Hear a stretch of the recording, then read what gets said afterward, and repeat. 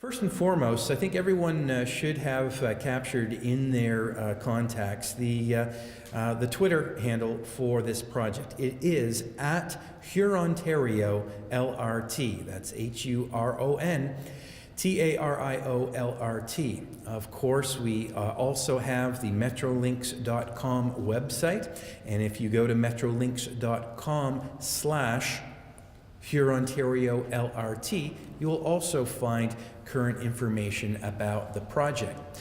We mentioned also that if you prefer to view videos, you can go to the Brampton Board of Trade Facebook site and you could see an overview of Darshpreet Bhatti's presentation. I'll give you a general overview of the project. It's 19 stops. Or you could go to the Mississauga Board of Trade YouTube page and get up to speed as well. When Linda asked questions about what is concerning you, some questions that you had, I think the first takeaway is mark in your calendars for the first quarter of next year, once the project company has been selected, where you find out about the construction schedule. The sooner you know, the better you are able to prepare.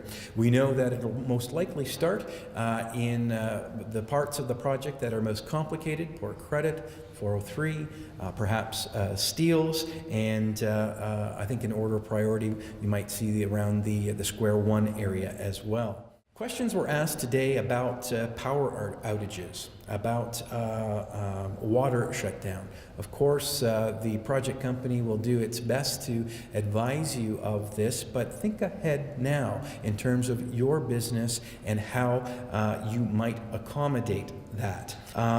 Detours.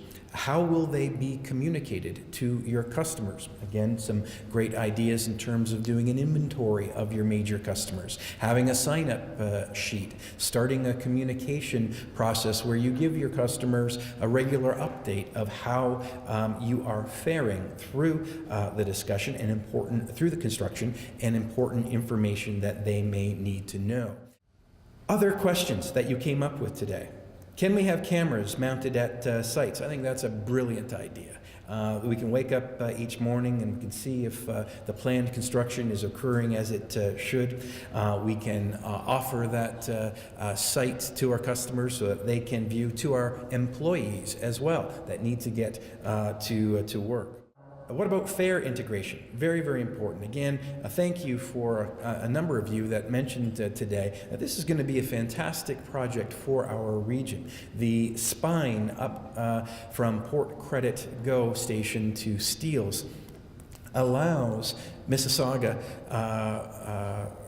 Transit and Brampton Transit to make changes to their bus routes in the east-west way, making getting around town much more convenient. So that's a very, very good thing. And fare integration is very important to that as well. What procedures do you need, very practical, what procedures do you need in your day-to-day operations to make sure that your office front, your sidewalk, your storefront is clean of debris, of dust? Do you need to purchase brooms, perhaps a power hose, something along that line? What procedures do you need to keep clean your storefront and also manage light and noise issues?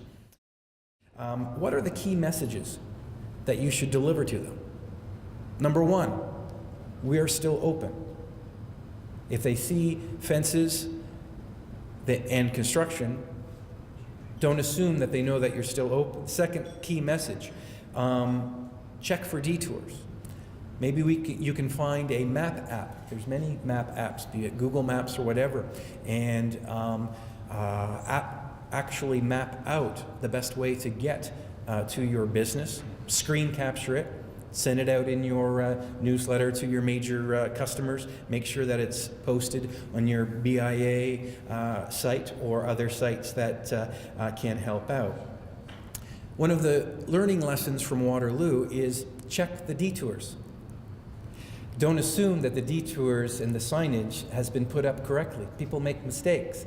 And check the detours each day. Again, you might have to plan a little bit more into your day, a couple extra hours into your day to check the obvious and to communicate to your customers. In your key messages, go right back to basics. What, when, where, how, why.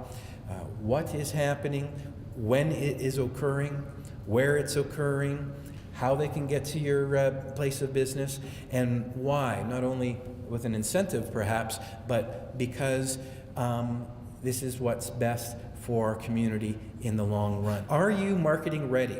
Is your social media ready? Do you need to prep any special graphics during the time of construction? The key messages, again, get creative, have some fun, make the best of a tough situation, because we're all going to benefit from it in the end. How will your hours of operation change? Can you negotiate secondary space with a neighbor during the peak times of construction? Perhaps, again, one of the tips that Linda gave us, get to know your neighbors, collaborate with your neighbors. Maybe you can do some cross-promotion with them, particularly neighbors that won't be impacted by the construction at the same time. Customer sign-up sheets, etc., planned visits to customers, a customer loyalty list, specials during construction. In your key messages, go right back to basics. What, when, where, how, why.